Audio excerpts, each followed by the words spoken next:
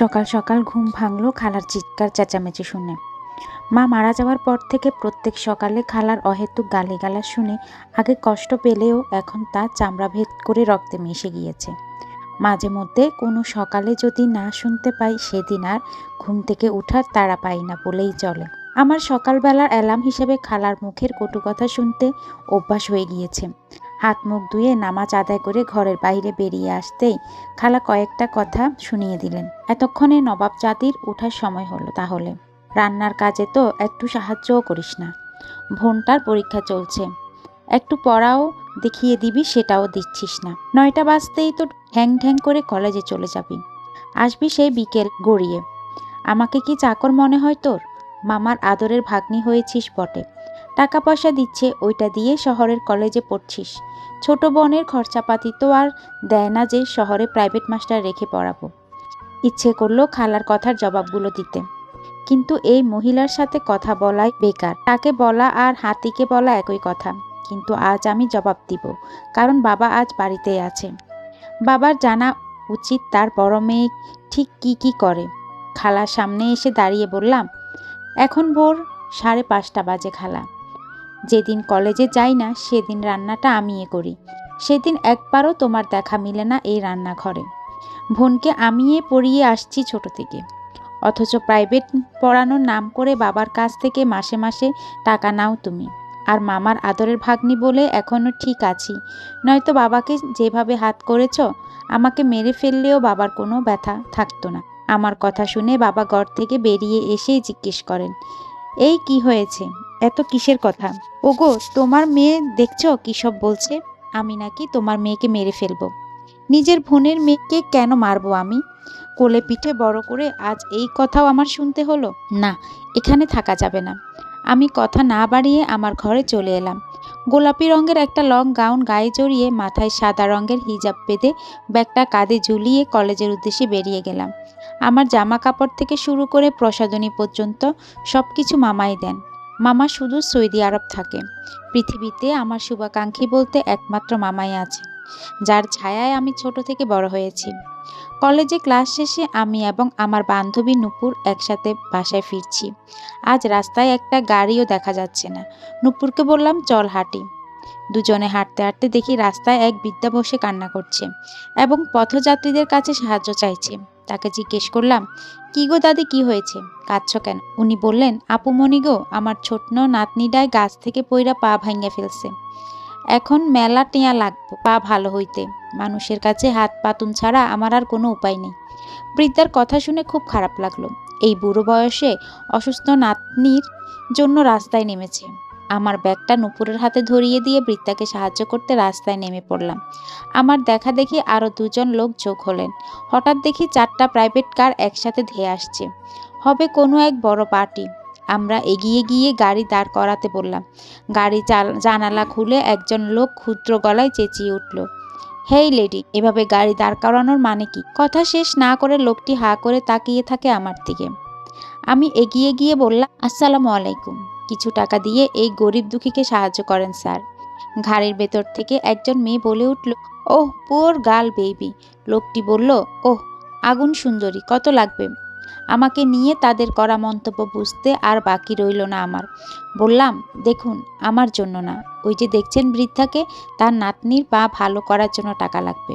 উনি অসুস্থ, আমরা তাকে সাহায্য করছি। পেছনে গাড়ি থেকে একজন মহিলা বের হয়ে আসেন। তাকে দেখা মাত্রই আমি চিনে ফেললাম। তিনি আমাদের গ্রামে খান বাড়ির গিন্নি মিসেস সোহানা খান। আমি তাকে সালাম দিলাম। তিনি সালামের উত্তর নিয়ে জিজ্ঞেস করলেন, নাম কি তোমার? আমি বললাম, লাবিবা। তিনি বললেন, তুমি খুবই ভালো একটা কাজ করেছ। আজকাল তোমার মতো পরোপকারী মানুষ সচরাচর দেখা যায় না। এই বৃদ্ধার নাতিনের চিকিৎসার খরচ আমার। তানভীর বৃদ্ধাকে পর্যাপ্ত টাকা দিয়ে দাও। আর মিশু এরপর থেকে মানুষের সাথে ঠিক করে কথা বলবে। বড় লোকদের বড় ব্যাপার, তাদের টাকা আছে তাই দিচ্ছে। আমার টাকা থাকলে আমিও আরও বেশি দিতাম। নূপুর ডেকে বলে, এই লাবিবা চল, বেশি দেরি হলে তোর সৎ মা তোর সাথে সাথে আমাকেও কথা শোনাতে ছাড়বে না। খালামণি হয় আমার, প্লিজ সৎ মা বলিস না। ঠিক আছে, এবার চল। লাবিবা চলে যাওয়ার পর সোহানা ছোট ছেলেকে বলল, সরোয়াজ, মেয়েটার খোঁজ নাও, কোথায় থাকে কি করে সব। মম, তুমি কি এখন হুম, আমি এই আগুন সুন্দরীকে আমার তানবীরের বউ করে আনবো। এতদিন আমি তানবীরের জন্য যেমন মেয়ে খুঁজছি তেমন মেয়েই পেয়ে গেছি। এরকম কোমল হৃদয়ের একটা মেয়ে আমার ছেলের জীবনে ভীষণ প্রয়োজন। মিশুর মতো উগ্র এবং অহংকারী মেয়েকে তানবীরের পাশে একদমই সহ্য হচ্ছে না আমার। ওকে মম, আজ কলেজে ক্লাস নেই। নূপুরের সাথে নদীতে গোসল করতে যায় লাবিবা। ফরহাদ পই পই করে ভাগ্নিকে নিষেধ করা সত্ত্বেও নূপুরের জোরাজুরিতে বাধ্য হয়ে নদীতে নেমেছে সে। দ্রুত গোসল শেষে ভেজা কাপড়ে বাসায় এসে উঠোনো পেরোতেই দেখে বারান্দায় দুজন মহিলার সাথে তিনজন পুরুষ তার বাবার সাথে কি নিয়ে যেন আলোচনা করছে। লাবিবা তাড়াতাড়ি ঘরে ঢুকে দরজা লাগিয়ে দিয়ে পেছনে ঘুরতেই দেখে তার খালামণি হাসি টেনে হাতে একটি শাড়ি নিয়ে দাঁড়িয়ে আছে। বাহিরে অতিথিদের সাথে কি আলোচনা হচ্ছে খালার মুখের হাসি দেখে বুঝতে আর বাকি থাকে না।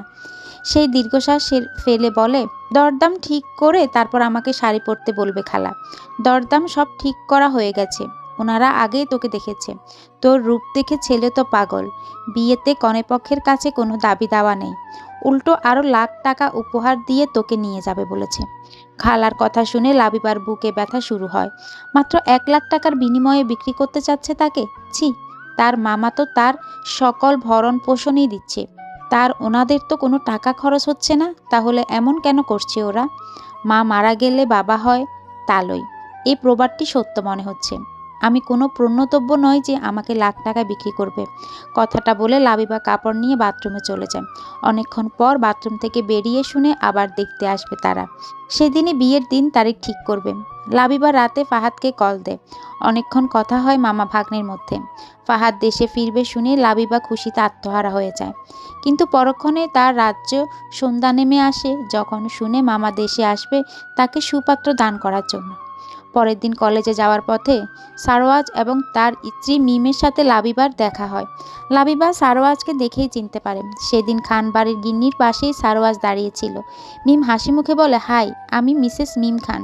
ইনি আমার হাজব্যান্ড মিস্টার সারওয়াজ খান। খান বাড়ির লোক আমরা। চিনেছ নিশ্চয়ই, তুমি ভীষণ মিষ্টি দেখতে, কিউট। হঠাৎ প্রশংসা শুনে লাবিবা লজ্জায় যায়। তার গাল দুটো টমেটোর মতো লাল আভা ছড়ায়। তা দেখে মিম হাসতে হাসতে বলে, ওরে বাবা, আগুন সুন্দরীর এত লজ্জা! কলেজে যাচ্ছ বুঝি? আমাদের তোমার কলেজটা ঘুরে দেখাও। দেখাবে আমাদের? লাবিবা বলে, অবশ্যই, কেন নয় আপু, চলো। গাড়িতে উঠো। এই প্রথমবারের মতো পাজরোতে উঠল লাবিবা। এসি গাড়িতে উঠতেই লাবিবার মন শীতল হয়ে ওঠে। মিম এবং সারওয়াজকে নিয়ে নিজের ক্যাম্পাসে ঘুরে ঘুরে দেখায় লাবিবা। ক্যাম্পাসের বাইরে কলি মামার হাতে স্পেশাল দুধ চা খাওয়ায়। লাবিবা শুনেছিল খানবাড়ির লোকজন অনেক ভালো, তাদের সাথে মিশে আজ বুঝতে পারে। সন্ধ্যায় মাগরিবের আজান পড়েছে। ঘোরাঘুরি করতে করতে কখন সন্ধ্যা হয়ে গিয়েছে লাবিবা বুঝতেই পারেনি। বাড়ি পৌঁছে কাজা নামাজগুলো পড়ে নিতে হবে। বাড়ির সামনে সবুজ এবং শামীমের সাথে ধাক্কা লাগে। গাছের ঢাল ধরে কোনোভাবে পড়ে যাওয়ার হাত থেকে বাঁচে। এদের দুজনকে দেখে লাবিবার পায়ের নিচে চুলকানি শুরু হয়। ইচ্ছে হয় বখাটে দুটাকে লাথি মেরে দিতে। সবুজ এবং শামীম কিছু না বলে শয়তানি হাসি দিয়ে চলে যায়। বারান্দা লাবিবার খালা এবং বাবা দাঁড়িয়ে আছে। তাদের দেখেই বোঝা যাচ্ছে খুব রেগে আছেন। তাদের রাগ দেখে লাবিবার মধ্যে কোনো প্রতিক্রিয়া দেখা যায় না। তারা রেগে থাকলেই বা কি? কোনো দিন লাবিবার খোঁজ খবর নিয়েছে যে আজ একদিন দেরি হয়েছে বলে তাদের রাগের ধার ধরাবে? লাবিবা উঠোনে পা রাখতেই তার খালা তেড়ে এসে হিজাবের উপর দিয়ে লাবিবার চুলের মুঠি ধরে তাকে টানতে টানতে ঘরে এনে দরজা আটকে দেয়। ব্যথায় চোখ দিয়ে পানি গড়িয়ে পড়ে লাবিবার। তার খালা বলতে থাকে, কলঙ্কিনী, হারামজাদি, কার গাড়ি করে ঘুরে বেড়াস? এসব করার জন্য কলেজে যাস আর আমাকে বলিস ক্লাস করতে যাস? অন্ধ আমরা? ওই ছেলে দুটো এসে না বললে তোর নষ্টামি করে বেড়ানোর কথা জানতেই পারতাম না। সন্ধ্যা করে বাড়ি ফিরেছিস, বিয়ে দিতে চাইলে না করিস। আজ থেকে বাড়ির বাইরে যাওয়া বন্ধ। লাগবে না তোর লেখাপড়া করা। আমার সাথে ঢং দেখালে আজ ভাতও পাবি না। ওই দে ফোন দে, তোর মামার নাম করে ফোন চালাও। আজ থেকে এসব তোর ফোন চালানো বন্ধ। বিশ্রী কথাগুলো শুনিয়ে ফোন নিয়ে যায়। লাবিবা উত্তর দিতে পারে না। এত জোরে চুল টেনেছে যে মাথা ঝিমঝিম করছে। সে মাথায় হাত চেপে বসে থাকে। তার চোখ থেকে শুধু অশ্রু গড়িয়ে পড়ছে। মনে মনে মৃত মায়ের প্রতি অভিমান করে। কেন করলে মা এমন? আমার কথা একটুও ভাবলে না? কেন চলে গেলে আমাকে ছেড়ে? তারপর 8 দিন যাবৎ লাবিবা কলেজে যায় না। নূপুর ক্লাসে নোটিশগুলো নিয়ে যায়। লাবিবা খেতে ইচ্ছে করে না, ছোট বোন দোলা জোর করে খাইয়ে দেয় তাকে। মামার সাথে আর কথা হয় না, তার খালা ফোন ভেঙে ফেলেছে, মামাকে বলেছে তার চরিত্র খারাপ হয়ে গিয়েছে। লাবিবা জানে মামা কখনোই এই কথা বিশ্বাস করবে না। বাহির থেকে অনেকের গলা আসছে, আজও হয়তো কারোর সাথে দরদাম করা হচ্ছে। সেই মাথা না ঘামিয়ে বই নিয়ে বসে। এর মধ্যেই দোলা দৌড়ে এসে তাকে জড়িয়ে ধরল। পাগলি বোন একটা, লাবিবাকে অনেক ভালোবাসে, সেও জড়িয়ে ধরে। দোলা তাকে ছেড়ে দিয়ে বলে, আপুই জানিস, অনেক বড় ঘর থেকে তোর বিয়ে সম্বন্ধ এসেছে। পাত্র ব্যবসায়ী, কোটিপতি মানুষ, শুধু তোকে চেয়েছে, তোকে রাজরানী করে রাখবে কথা দিয়েছে। তোকে দেখেই খুব।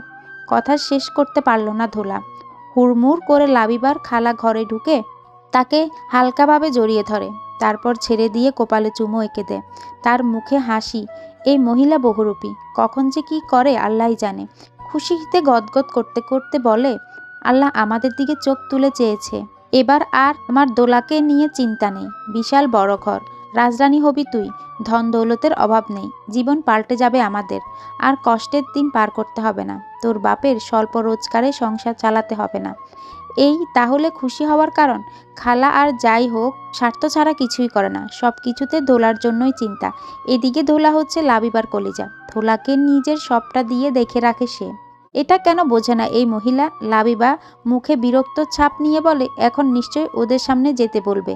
যাব না আমি, করব না বিয়ে, মামার সাথে কথা বলবো। তোর মামাই তো এই সম্বন্ধ নিয়ে আসছে, দেশে ফিরেছে তোকে বিয়ে দেওয়ার জন্যই।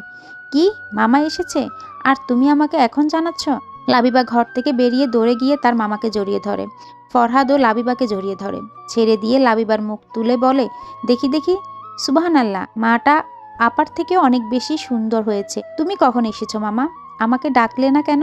অনেকক্ষণ হলো এসেছি। তোমার হবু শ্বশুর বাড়ির মানুষ এসেছিল, তাদের সাথে কথা বলছিলাম, ওনারা তোমায় আগেই দেখেছে, তাই আর তোমাকে এখানে ডাকিনি। তোমার সুপাত্র দান করা পর্যন্ত আমি চিন্তামুক্ত হতে পারবো না। সবাই শুধু বিয়ে দিতে চায়। হা হা, পাগলিটা আমার। চল, জমিয়ে খাওয়া হবে আজ। ধোলা মা চল। আসছি মামা। মিসেস সোহানা খান সোফায় বসে আছেন, তার পাশে আসে সারফারাজ, মিম এবং তানবীর। সোহানা তানবীরকে বলে, ছবিটা সামনে পড়ে আছে অনেকক্ষণ, দেখছিস না কেন? অবশ্য না দেখলেও সমস্যা নেই, মেয়ে যথেষ্ট স্মার্ট, অনেক সুন্দরী। আমার পক্ষে সম্ভব না মম, মেয়েটার সাথে আমার লেভেলে যায় না মম, আমাদের 9 বছরের ডিফারেন্স। আর যতই সুন্দরী হোক আমি ইন্টারেস্টেড না। আমি কথা দিয়ে এসেছি তানভীর, আমি তানভীর খান, ইন্ডাস্ট্রির টপ বিজনেসম্যানদের একজন। তুমি কিভাবে একটা গ্রামের মেয়েকে আমার পার্টনার হিসেবে চিন্তা করো? আমি তোমার মম তানভীর, তোমার চেয়ে ভালো মন্দ বুঝার ক্ষমতা আমার আমার একটু হলেও বেশি আছে। খান পরিবারে আমার জায়গা যোগ্য কে আমি বসাবো, এই ব্যাপারে আমি নিশ্চিত। মম, আমি মিশুকে বাসি। চুপ করো তুমি, আর একবার ওই নাম নিবে না। তুমি আমার ছেলে, তোমার বাবার মতো ভ্রম দেখছি তোমারও হচ্ছে। তুমি ভালোবাসো না তানভীর? জাস্ট একটা রিলেশন তৈরি করার চেষ্টা করেছ। ওই মেয়েকে কোনো দিন আমি আমার বাড়ির বউ করব না। কিন্তু কেন মম, কি সমস্যা? মিশুকে মেনে নিলে সেটা সময় মতো তুমি নিজেই বুঝে যাবে। আমার কথায় যদি অবাধ্য হও তাহলে আমার মরা মুখ দেখবে। মম, কি বলছো এসব? তোমার মাথা ঠিক আছে? এটাই আমার শেষ কথা। পরের দিন লাবিবার বিয়ে ঠিক করেছে ফরহাদ। মামার কথা মানে লাবিবার জন্য আশীর্বাদ, তাই আর সে অমত করতে পারেনি। মামা তার জন্য ভালোটাই দেখবে। দেখতে দেখতে 15টা দিন কেটে যায়। এর মধ্যে লাবিবা একবারের জন্য জানতে চায়নি তার কোথায় বিয়ে হচ্ছে, কার সাথে বিয়ে হচ্ছে। এই কয়েকটা দিন তার একটা ঘোরের মধ্যেই কাটে। যে বাবা খালাকে বিয়ে করার পর একবার মাথায় হাত পর্যন্ত রাখেনি, সেই বাবা এখন তার বুকে টেনে নিয়েছে। ব্যাপারটা কীরকম অস্বস্তিকর অনুভূতির জায়গা তা বলে বোঝানোর ক্ষমতা নেই। যেই খালা অনেক দিন দুবেলা ভাত খেতে দেয়নি, সে এখন তাকে খাইয়ে দেয়। খাতির যত্ন পেয়ে তার এই কয়েকটা দিন কাটে। কিসের জন্য? সে চলে যাবে সেজন্য, নাকি বড় বাড়ির বউ হবে, টাকা পয়সা দিতে পারবে সেজন্য? আজ লাবিবার গায়ে হলুদ। কাঁচা হলদে রঙের শাড়ি 8 করে পরিয়ে দেয় লাবিবার মামি। তাজা গুচ্ছ গাঁদা এবং গোলাপ ফুলের গহনা সাজিয়ে দেয় তাকে। আয়নার সামনে দাঁড়িয়ে লাবিবা নিজেকেই শুধু দেখে। সবাই বলে সেই নাকি আগুন সুন্দরী, যার রূপ পুরুষদের চোখে জ্বালা ধরিয়ে দেয়।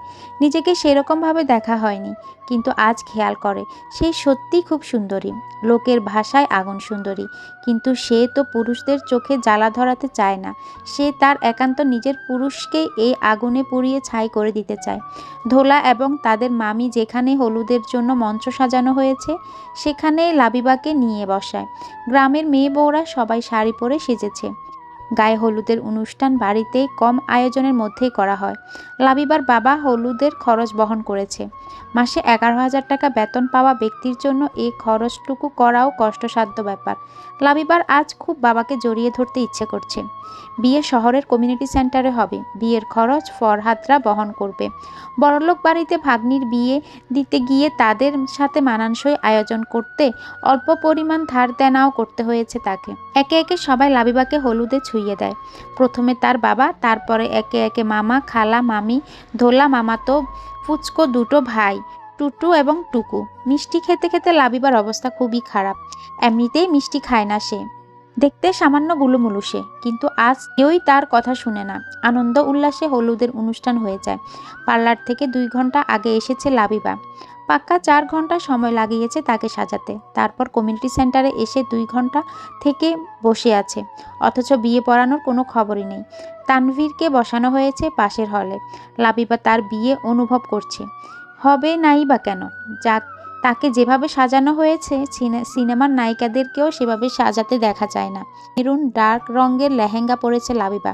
শুনেছে এর দাম 7.5 লাখ টাকা। গলায় সবুজ রঙের হীরার গহনা পরেছে। লাবিবা নিজেকে দেখে আজ নিজেই প্রেমে পড়ে যাচ্ছে। অন্য সবাই তো তাকিয়েই থাকবে।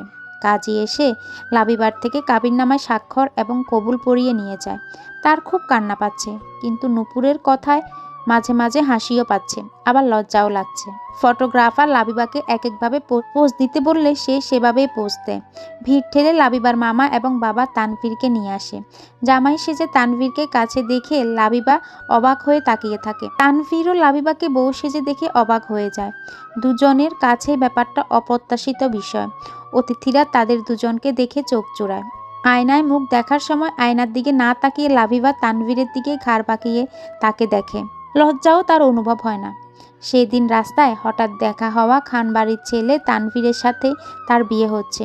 আজ যে সে তার স্বামী, সে যেন মধ্যযুগের কোনো এক রাজপুত্র। আয়নায় আর মুখ দেখা হয় না তাদের। সরাসরি দুজন দুজনকেই দেখে। শ্বশুরবাড়ি পরিবারের সবাইকে চোখ ঘুরিয়ে দেখে লাবিবা। মিস্টার সারওয়াজ খান তার একমাত্র দেবর এবং মিসেস মিম খান তার একমাত্র যা, শাশুড়ি মিসেস সোহানা খান। লাবিবা তানভীরের দিকে বারবার আর চোখে তাকায়। তানভীরের গম্ভীর মুখখানা দেখে লাবিবা ভয় পেতে শুরু করে। কোনো ভুল হয়ে যায়নি তো? সে কি তাকে ইচ্ছার বিরুদ্ধে বিয়ে করলো? মিশু নামের মেয়েটিই বা কোথায়? তার জন্য কি দুটি ভালোবাসার মানুষ এক হতে পারবে না? সব অনুষ্ঠান পর্ব শেষে বিদায়ের সময় ঘনিয়ে আসে। বিদায় তো লাবিবা সকালেই নিয়ে এসেছে নিজ জন্মভূমি থেকে। বিদায় যে কতটা কষ্টকর তা একমাত্র মেয়েরাই জানে। কষ্টে বুকটা ছিঁড়ে যাচ্ছে। কাঁদতে কাঁদতে লাবিবার শরীর প্রায় অবশ হয়ে গিয়েছে। চোখে ঝাপসা দেখছে। তার কান্না দেখে সবাই কাঁদছে। ভাগ্নিকে গাড়িতে উঠিয়ে দিয়ে ফরহাদ হো হো করে কেঁদে দেয়। লাবিবা নিজের কান্না ভুলে মামার কান্না দেখতে লাগে। লোকজন ভিড় ঠেলে ফরহাদকে নিয়ে চলে যায়। লাবিবা সেই দিকেই তাকিয়ে থাকে। গাড়ির পেছনের সিটে বসেছে তানভীর এবং লাবিবা। সামনের সিটে তানভীরের একজন কাজিন এবং তার পিচ্চি মেয়ে বসেছে। ড্রাইভার গাড়ি চালাচ্ছে। অতিরিক্ত কাদার জন্য লাবিবার মাথা ধরেছে খুব। গতকাল রাত থেকে খাওয়া হয়নি তার। সিটের সাথে গা এলিয়ে দেয় সে। পথে কিছুক্ষণ পরপরই ভাঙ্গা রাস্তা পড়েছে। ঝাঁকুনি আরও খারাপ লাগে লাবিবার। মনে হচ্ছে কারো উপর শরীরটা ছেড়ে দিলে আরাম পেত, কিন্তু কার উপর দিবে? পাশে যে বসে আছে সে ফোনে মেসেজ করতেই ব্যস্ত। লাবিবার দিকে তার কোনো খেয়ালই নেই। লাবিবা সহ্য করতে না পেরে তানভীরের শেরওয়ানির এক কোণা হাতে দিয়ে খিঁচে ধরে। আর কিছু বলতে পারে না। আস্তে আস্তে তার চোখ বুজে আসে। পানির ছাপটা এবং গালের শক্ত হাতের হালকা আঘাত অনুভব করে ধীরে ধীরে চোখ মেলে তাকায় লাবিবা। তানভীর লাবিবার গালে মৃদু চড় দিচ্ছে আর ডাকছে, hey girl, wake up. Shit, what I doing now বো? মেয়েটা মনে হচ্ছে সেন্সলেস হয়ে গেছে। লাবিবাকে চোখ মেলতে দেখে তানভীর স্বস্তির নিঃশ্বাস ফেলে। পিচ্চিটা লাবিবার পাশে বসে তাকে দেখতে থাকে। তানভীরের কাজিন লাবিবাকে বলে, ভাবি জুসটা খেয়ে নিন, বেটার লাগবে। লাবিবাকে জোর করে জুস, একটা আপেল, সাথে একটা পাউরুটিও খাওয়ালো। এখন একটু ভালো লাগছে লাবিবার, কিন্তু কোনো কথা বলছে না সে। তানভীর আবার তার মতো ফোনে ব্যস্ত হয়ে পড়ে। পিচ্চিটা নানান রকম কথা বলছে, লাবিবা শুধু চুপচাপ শুনে যাচ্ছে। পিচ্চিটার চোখে মুখে প্রশ্নের ছাপ এঁকে বলছে, সুইটি আন্টি, তুমি ঘুমিয়ে কেন পড়েছিলে? তুমি কি রাতে ঘুমাও না? আমার মতো চোখ বন্ধ করে থাকো? তুমি জুসটা সবটুকু খেলে না কেন? জানো না সবটুকু না খেলে রাক্ষসীরা রাতে এসে হাউ মাউ করে? তুমি কত সুন্দর সেজেছ। তুমি কথা বলতে পারো না? ও, তুমি তাহলে ডল, বিগ ডল। তানবীরকে বলে, আঙ্কেল তোমার ওই সুইটি ডলটা আমাকে দিবে, আমি বাসায় নিয়ে খেলবো। লাবিবা পিচ্চির কথা হেসে দেয়। তার হাসির শব্দ শুনে তানভীর একবার তার দিকে তাকিয়ে আবার চোখ ঘুরিয়ে নেয়। শ্বশুরবাড়ির সামনে এসে গাড়ি থামে লাবিবার। সোহানা সহ অনেক নিয়ম নীতি মেনে লাবিবাকে গাড়ি থেকে নামায়। দোতলা বিশাল তার শ্বশুরবাড়ি, অনেক সুন্দর করে সাজানো হয়েছে বাড়িটাকে। সেই সব দেখতে দেখতে লাবিবা ভেতরে প্রবেশ করে। অতিথিরা যে যার মত বাসায় চলে যাচ্ছে। মিম লাবিবাকে নিয়ে তানভীরের ঘরে পৌঁছে দেয়। শুনো, আজ এটা তোমার এবং ভাইয়ার দুজনেরই রুম। যদিও তুমি বড় যা হও আমার, তবুও বয়সে ছোট বলে তুমি করেই বলছি, মাইন্ড করো না প্লিজ। না আপু, মাইন্ড করবো কেন? তবে আমি কিন্তু তোমাকে আপু বলেই ডাকবো। না করতে পারবে না আমায়। যাক, এই বাড়িতে আমার একটা জানা বোন নিয়ে আসলাম। ওকে, তুমি ফ্রেশ হও, আমি গেলাম। ঠিক আছে। মিম চলে যাওয়ার পর লাবিবা ঘরটাকে ঘুরে ঘুরে দেখলো। অসম্ভব সুন্দর করে সাজানো ঘরটা, সব লাক্সারি ফার্নিচার দিয়ে সাজানো। বড় সড়ো একটা ঘর, সারা ঘর জুড়ে গোলাপের পাপড়ি ছড়ানো হয়েছে। বিছানার পাশে বড় করে বাঁধানো তানবীরের ছবিটায় চোখ আটকে যায়। কালো রঙের স্যুট পরে, হাতে রিচ ওয়াচ পরে, হালকা ব্রাউন কালারে করা চুলে মৃদু হাসি দিয়ে ভ্রু কুঁচকে দাঁড়িয়ে ছবিতে পোজ দিয়েছে। লাবিবা মুগ্ধ হয়ে তাকিয়েই থাকে। নিচ থেকে কিসের যেন শব্দ কানে আসছে। হ্যাঁ, আবার কানে আসছে। লাবিবা সেই শব্দে উৎস পেতে ঘর থেকে বেরিয়ে সিঁড়ির কাছ এসে দেখে বসার ঘরে তানবীর জিনিসপত্র ছড়ে ফেলছে। রাগের চোটে তার মুখ রক্তবর্ণ ধারণ করেছে। কপালে ছোট ছোট ঘামের কণা জমেছে। চিৎকার করে বলছে, তোমার কথা অনুযায়ী ওই মেয়েকে বিয়ে করেছি। হ্যাপি তো তুমি মম। এখন আমাকে